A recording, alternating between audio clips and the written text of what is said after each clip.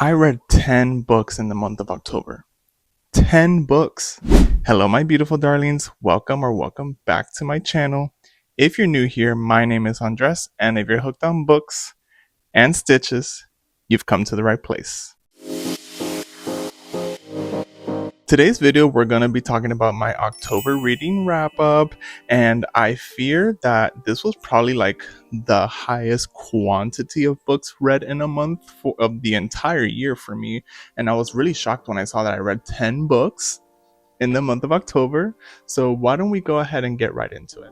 For all of my new watchers, I want to go ahead and kind of explain how I do my reading wrap-ups. So I always like to start with stats, and basically the stats are going to be like all the books that I read, the genres and moods and the average rating and all that fun stuff. And then I go ahead and transition into the actual wrap-up review portion of the video, where I talk about each book that I read in the month, starting from the lowest rated all the way up to my highest rated 5-star reads. Of course, everything's going to be timestamped for you guys, so if you don't really care about stats, or there's a book that you're not really interested in that you just want to go ahead and skip over, you could go ahead and go through the timestamps and get to the book that you want to listen to. But before we start, go ahead and drop me a comment down below and let me know what was your favorite read of the month of October, just because I want to know and I want us to discuss about that before we even talk about what I read in the month of October. So let's go ahead and start with the stats. I have my little notebook here with all of my information. And to start off, like I said, I read 10 total books, which equaled out to 3,347 pages. I thought it would be more, but that's still a good amount, I'm not gonna lie. The average time to finish was about 6 days. And then my main moods were dark, emotional, tense, and mysterious, which makes a lot of sense, honestly, especially for spooky season. And then my other moods looked like it was reflective, adventurous, hopeful, and funny. So very weird mixed bag there of moods. In pertaining to pace, I read one fast-paced book, which I was kind of shocked when I saw which one it was. And then all of the others were all medium-paced. In terms of length, I read one book over 500 pages, 4 books between 300 to 500 pages, and 5 books under 300 pages. For the genres, I have here horror as my main one. I think it was like 7 of them if I'm not wrong, but you know, the screenshot it's letting you know exactly how many. And then literary, thriller, romance, fantasy, dystopian, LGBTQIA+, historical, and contemporary. And then overall, my average star rating of the month was a 3.68, which is pretty average, I'm not gonna lie. I thought it would be a better reading month, especially since I was reading so many spooky books. But yeah, I had 2 5-stars, which is pretty shocking. I love that for me. 3 4-star and 3 3-stars. And then 1 3.75 star and 1 2-star. And unfortunately, I did have 2 DNFs this month, and one of them is probably going to be so controversial, but I'm still going to let you guys know because I have to be real with you. But the first book that I DNF'd in the month of October was Bride by Ali Hazelwood. Okay, don't come for me. Don't come for me. I have a reason. I honestly am a big fan of paranormal romance, especially since I was introduced to it through Twilight back then when I was much younger, basically 20 years ago now at this point. And I was really excited for this one, and it's so highly rated, so like well renowned amongst the book community, so I really wanted to dive into it. But when I was reading, it really just, I was not connecting with the characters in a way. I didn't like find myself caring about the plot. Like it was kind of like a little bit of a generic plot that I've read before. Don't drag me, guys. What was the cherry on top for me was that there was a scene where Misery saw Lo in his werewolf form for the first time, and she was saying that he looked like cute and was like playing with him like if he was a dog in a sense. And I don't know, that just, it put me off completely. I don't know why, honestly, but I just was not vibing with it. And after that chapter, I was like, yep, DNF. Like, I was done. And that was at the 60% mark. So I know I'm probably going to get a lot of like, not hate, but a lot of comments probably saying like, oh, you should have kept going. It was about to get so good, yada, yada, yada. But honestly, I just, maybe in a later time, I'll go ahead and give it another chance. And then the other one that I DNF'd was The Only Good Indians by Stephen Graham Jones. I was really shocked at this one just because Stephen Graham Jones is a very well-renowned horror author too, and there's a lot of booktubers here that have read his books and have like raged about them and like really recommend them, but I haven't really seen the Only Good Indians actually recommended, and I totally understand now after I read it. Well, I didn't read it. I DNF'd it at the 30% mark, if I'm not wrong. I'll put it here on screen if it was a different time, like a different percentage I DNF'd it at. But what really did not allow me to go through with this book was the writing style. I seriously like could not understand it for the life of me. And when I'm reading a book, I don't want to be trying to decipher and understand the sentence structure and try to reread the same sentence like 3 or 4 times in different like tones to see if I can understand what the author's trying to convey in that message or in that sentence. Like, it was just way too much work. Like, for what it was, honestly. The entire premise of the book sounded really, really good. The storyline seemed like it was developing well, but I just could not wrap my head around the discombobulated mess of a writing style that was. Alright, so now that my stats and my DNFs are out the way, I really hope I still have your attention here, because I'm gonna go ahead and start into the wrap-up portion of the video. And like I said earlier, I like to start with my lowest rated book and work all my way up to my highest rated one. So, my lowest rated book, unfortunately, was Incidents Around the House by Josh Malerman. So in this book, we're following this little 8-year-old girl by the name of Bella, who lives with her mom, her dad, and her grandma. And we begin to learn that there's something in her closet that she refers to as Other Mommy. And Other Mommy is a very ominous presence within the house that really only the little girl is able to see or interact with. And Other Mommy is constantly asking Bella to allow her to go into her heart. So honestly, the premise, like I said, was really good. This was such a highly anticipated book for me. I even like immersive read it, so I was listening to the audiobook and I was reading the physical copy, and then I just finished it off on audio. And I think the reason why it was not successful for me is that it was told from the little girl's point of view the entire time. So it felt very simplistic, very like it was, I can't think of another word besides simplistic, because it was that simple. Like, you know that there's horror novels where they go into depth and they give you descriptions and the feelings, and you know, you really get that scene set up. But in this book, that was not the case for me. And I heard from a lot of people that like, oh, listen to the audiobook, it's a lot more creepier because of the narrator, whatever the case is. But still and yet, like, I did not find it creepy. I did not feel scared. I did not feel like unsettled. Like, there was nothing pointing towards horror in this book. It was giving very like Insidious in a sense, but like a YA horror Insidious type of deal. Like, I don't know. It was weird. I did not enjoy it, and for that reason, I gave it 2 stars. The second book I want to talk to you guys about is Mayra by Nicky Gonzalez. This is a debut novel of a new author who is she's from Miami, and I'm from Miami as well. Miami, Florida, by the way, because I know that there's a Miami in Ohio, I think it is. But yeah, she was a new author, and it's her debut novel, so I was super excited to give her a chance. And the whole premise of the book is sounded really solid.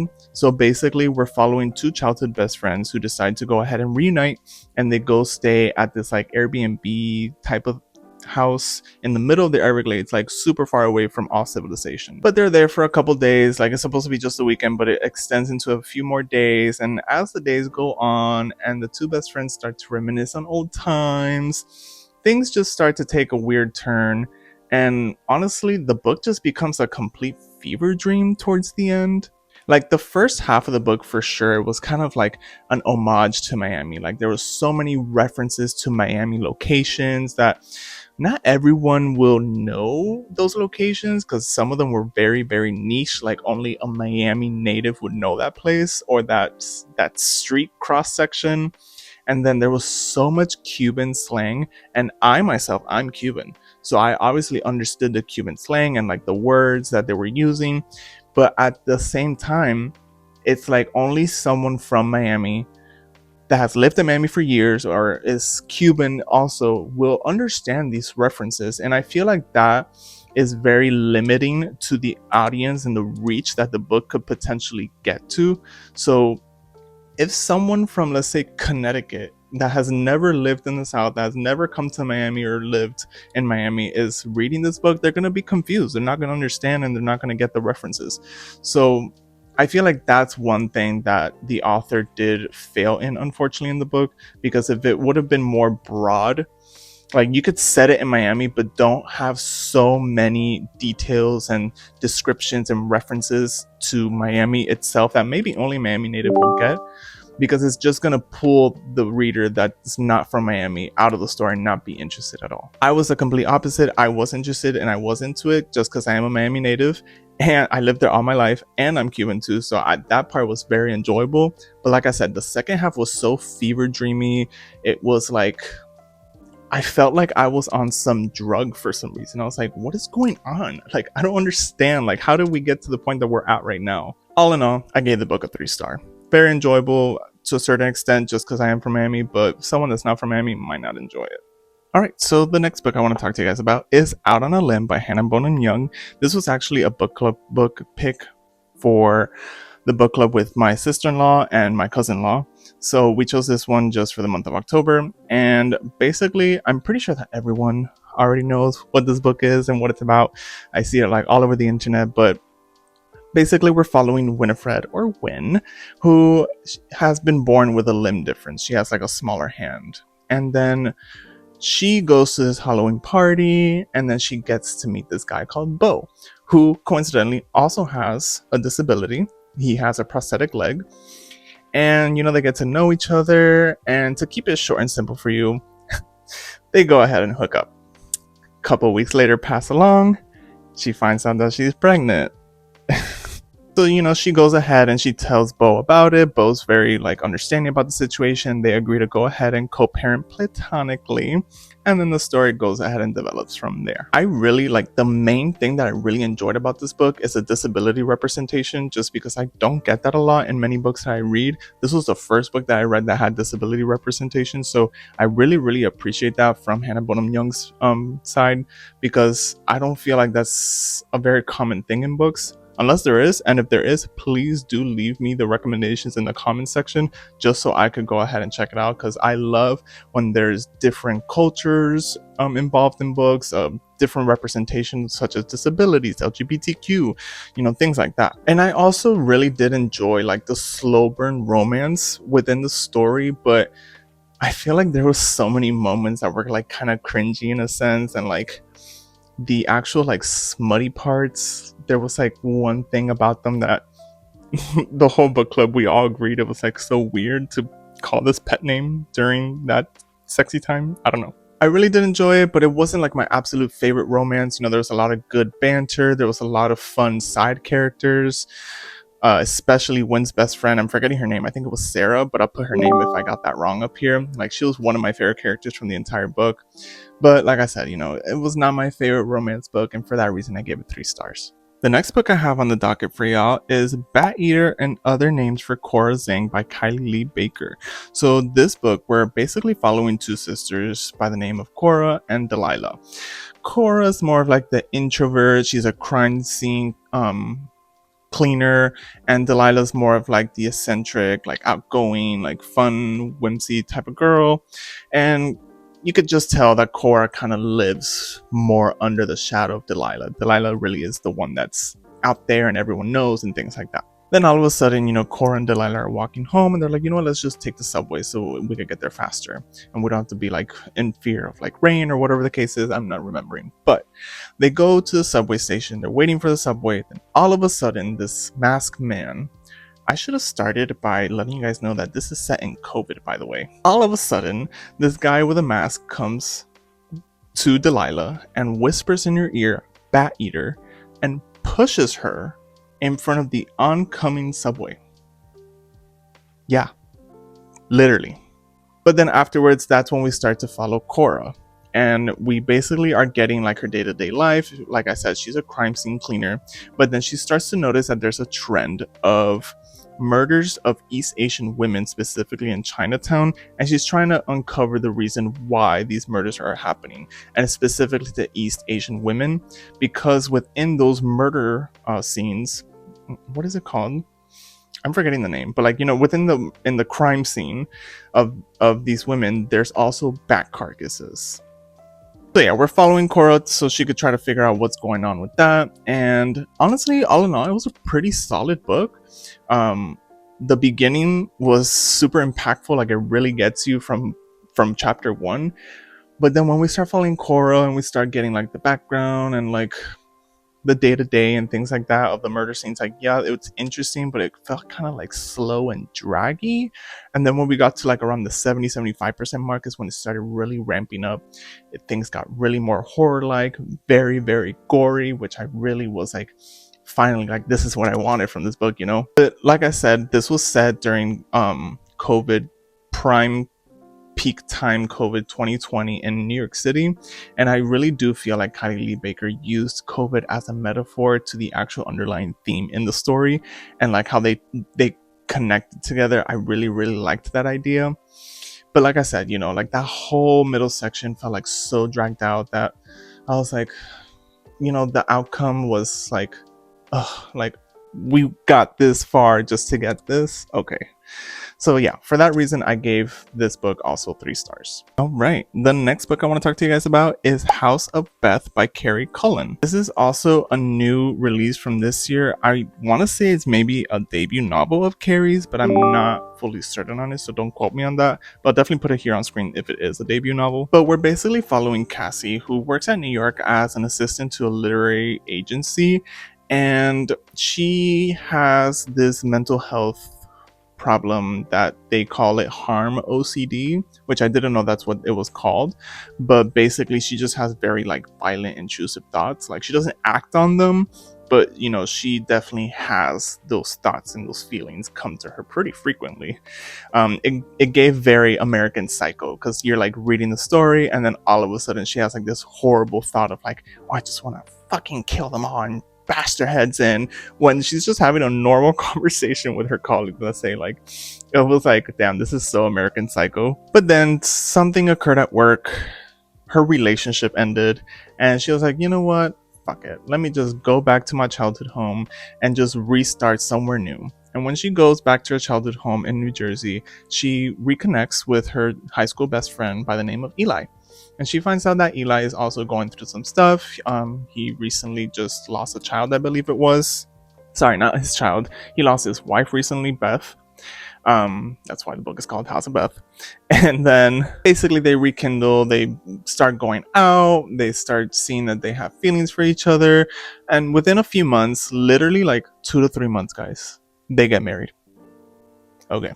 Once all of that happens, we begin to get a second POV, and this second POV is actually from Beth in the afterlife. We start getting like the background of who Beth is and how she came about and how she met Eli, and you know, basically the reasoning why she died and things like that. But then we start to get the stories interconnected of Cassie and Beth, and we start to get revealed secrets of the house. And I'm gonna go ahead and leave it right there, just because I feel like if I go any further with that description, I might spoil something, and I don't want to, because honestly, the whole premise of the book and how everything tied in together was pretty well done for a debut novel, if it was a debut novel. But what really kind of left me kind of like wanting more was the ending. Like I understood the ending, and you know, like, great, but at the same time I was like, this was a little underwhelming. Like, I kind of wanted a little more from that. But you know, nonetheless, it was still a really solid book. Great premise, very enjoyable, and for that reason I give it 3.75 stars. Alrighty, the next book I want to talk to you guys about is called Malice by Heather Walker, or Walter. I think it's Walter. I'm so sorry if I said the wrong last name. But this is basically a Sleeping Beauty retelling. And it's a romance, like a romantasy between Princess Aurora and Maleficent. And honestly, I was not expecting to enjoy this book as much as I did at all. Like, at all. It really is a retelling of Sleeping Beauty, and it really does get other elements from other Disney films like Cinderella. I definitely got a lot of Cinderella vibes within there, like specifically like the stepmother, and then like the two sisters, and having a little fairy godmother in a sense within the house that she lived in, things like that. You know, it was really nice. um this is actually a duology. There's a second book to it called The Misrule. And honestly, after I finished Malice, I was like, I want to go read the second book immediately. Like, I need to know what happened. So I actually got Malice from my library, coincidentally, because I was just perusing and I found it. And I was like, oh, it's a Sleeping Beauty retelling. And what I got from the synopsis, I was like, oh my God, this is kind of a sapphic romance, I think. And then when I found out that it was, I was like, yes. And then, like I said, this is kind of a romantasy in a sense, honestly. And I'm very used to my fantasy books having maps in them, especially because at the beginning of the book there was so many references to different lands, and there was like so much info dump. Like, there was hella info dump in the beginning of this book, I'm not gonna lie to you. And it was kind of hard to get through it at first, but once I got over the hump of the info dump, I was like, yep, this book is perfect. Like, oh my goodness. But like I said, I was so surprised with this book. It was so enjoyable, and I'm dying to get to book 2. And for that reason, I rated this book 4 stars. The next book I want to talk to you guys about is What Hunger by Catherine Dang. I'm pretty sure that this is also a debut novel. So I guess October was the month of debut novels of new authors for me or something. I don't know. In this book, we're following Ronnie, who is the daughter to Vietnamese immigrants. And she kind of goes through a very traumatic event at the beginning of the book that really does scar her. And this traumatic event just kind of upends everything for her. And it kind of just, I don't want to say it. I don't want to spoil it. So, but from this traumatic event, it upends everything, like I said. And from that, it emerges like this insatiable hunger. And, you know, it's not like an emotional hunger, it's more of a literal hunger. And not for normal human food, for raw meat. This book was definitely like a coming of age book, just because I'm pretty sure Ronnie was like around 14, 15. She was about to go into high school, because it's based like on the summer before she goes into high school. And it's really steeped within like trauma, identity, fear, and like the actual physical manifestation of rage. Like, the teenage angst was so real in this book. The story was really engaging throughout the entire way. You know, I was trying to understand like the actual genre of the book, and I'm pretty sure that Catherine Dang posted on her Instagram that it's literary horror, which totally makes sense now that I saw that. But it's a very engaging story. It really does grip you like from page 1. Like, you really do want to keep reading. I read the book in 24 hours, like between 2 days, but in 24 hours I was done with it because of how good it was. And honestly, it had a really great plot twist that I was not expecting at all for some reason. And this was really like the type of cannibalism story that I was looking for this month, because I really wanted something of that sort, because that's like a type of horror that actually kind of freaks me out in a sense. So I really was happy that I found that type of horror, and I definitely recommend this book just because it's like so different and it's unique, and I love that there's a different culture that's not really represented most of the time in many books. So yeah, for that reason, I gave this book 4 stars. The next book that we're going to talk about is Tender is the Flesh by Agustina Bazterrica. So this one, I think, is her debut novel, you know, from back then. I'm pretty sure that the book came out like in 2022, 2023, around that time. I put the actual year that it was released here on screen for you guys. But let me tell you that this book was impressive, because I also read The Unworthy by her the month before in September. And I felt a little underwhelmed with it, just because I feel like it took like a completely different direction than what I was expecting. But this book definitely stuck to the direction that it was that it was intended to go in. So the book is set in this completely dystopian world where there's a virus that went around, and all the animals in the world got infected by this virus, making them toxic to actually be eaten for consumption by humans. So like chickens, porks, cows, everything all got infected. So obviously when there's no meat, we have to find an alternative. And what was the alternative? Humans. And this was done legally. Like this was processed legally. Like it became a law that we could slaughter and consume human meat. So that's like the main premise, like the world that we're set in, but we're following a specific person by the name of Marcos, and he is like a high level executive in a human meat processing center, whatever those places are called. I'm not sure what they're called, but basically recently he did lose his child, and due to the loss of his child, him and his wife had a lot of conflict, and they decided to separate. Mainly the wife was the one that wanted to separate from Marcos. And you know, things obviously only go downhill from there sometimes.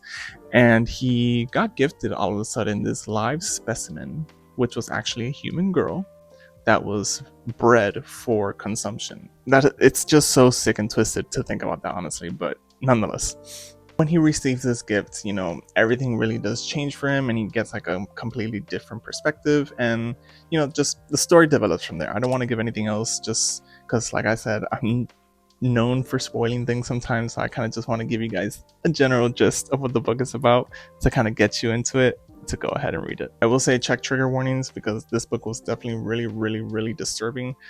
There was a lot of scenes that were like so out there, that were so tough to read sometimes, but that is the beauty of horror for me. I like to feel like kind of like unsettled and like feel weird when I'm reading or watching something, especially when it's horror like. So honestly, all in all, the book was really good. It was a lot more engaging than The Unworthy. So if you are interested in reading anything Agustina Bazterrica, I definitely recommend going straight to Tender is the Flesh, because it really sets up like, doesn't set up, like it really like is a horror book. And it's another cannibalistic story too, which was really enjoyable. I can't believe that I got 2 cannibalistic stories in 1 month that were really well done, in my opinion. But yeah, for that reason, I gave Tender is the Flesh 4 stars. And the time has come finally to talk about my 2 5-star reads of the month. And boy, were they good, guys. Oh my gosh. The first one that I want to talk to you guys about is The Possession of Alba Diaz by Isabel Cañas. Let me tell you that after reading this book, I want to read all of Isabel Cañas' backlist, like straight up. So in this book, we're following Alba Diaz. Is that a shocker? She is the adopted daughter of a wealthy merchant family, and she kind of got into this arranged marriage of convenience with one of her close friends. And they go ahead and move over to this person's house, and they own this silver mine that has a very long history, even involving like, you know, horror folklore of a sense. But of course, it's, you know, people never believe those things sometimes, and they like to play in fields that they should not be playing in. So Alba goes ahead and does some discovering and perusing through the silver mine, and she starts to see and hear and feel these weird things down there. And guess what? She gets possessed. Who would have thought?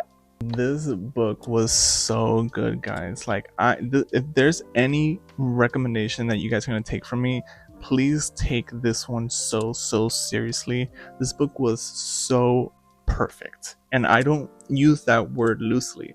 Like, this book was perfect in my opinion. Isabel Cañas' writing style and her storytelling abilities are out of this world, like astronomical. Okay, like you really get the scene set up so well, and like the background information about the characters and the families and the actual like estate that they're staying at, and the silver, like everything was done so well. Like I really have no words or any critiques about this.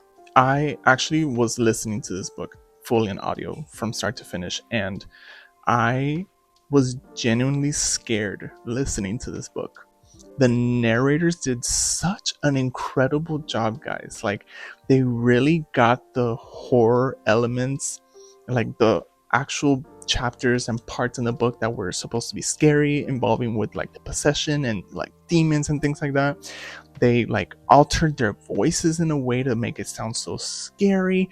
And then not only on top of that, the way that Isabel Cañas wrote it out to really make you feel afraid and pull you into the story and make you feel like you're actually there experiencing it. Like, mind blown, guys, mind blown. And then the last line of this book was Chef's kiss. Like, when I heard the last line of the book, I was like, this is immediate 5 stars. Like, I had no doubts in my mind that this was a 5-star read.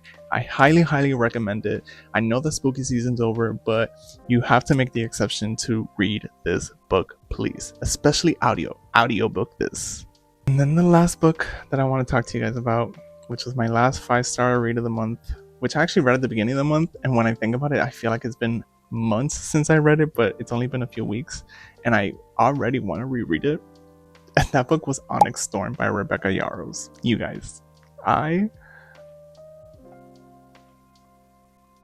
this is a third book in the Empyrean series, so I'm not going to talk about what the book is about, just in case there are any people that are watching that have not actually read the Empyrean series at all, which I almost highly doubt because it's such a popular, well-known book. But just in case, I don't want to talk about it too much, but let me tell you that I am gooped and gagged. Like, this was so chaotic, so thrilling, so heart-wrenching, and I just loved it from start to finish. Like, I don't know if it was just like I was in the right mood to read it or something, but literally from the beginning, I just had that 5-star feeling. I was like, this is gonna be such a good book, and it really was. But yeah, my beautiful darlings, that is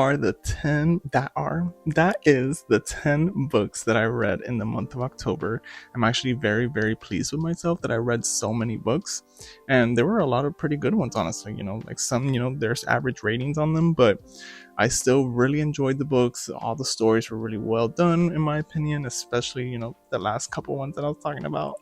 Let me know in the comments if you read any of these books that I read this month. I want to know what you guys thought about it. If you agreed or disagreed with my opinions on the books, I definitely want to know and discuss it. And if you don't know what to read, what to comment, go ahead and leave me a black heart emoji on the comments referencing Onyx Storm, which was my favorite book of the month. But also, just so I know who the real ones are that stayed all the way to the very end. While you're down there, you might as well go ahead and give me a like, subscribe to my channel, hit the notification bell so you're notified every single time I post a new video. I almost said story, like if I'm on Instagram. Goodbye. But with that, my beautiful darlings, let's get hooked.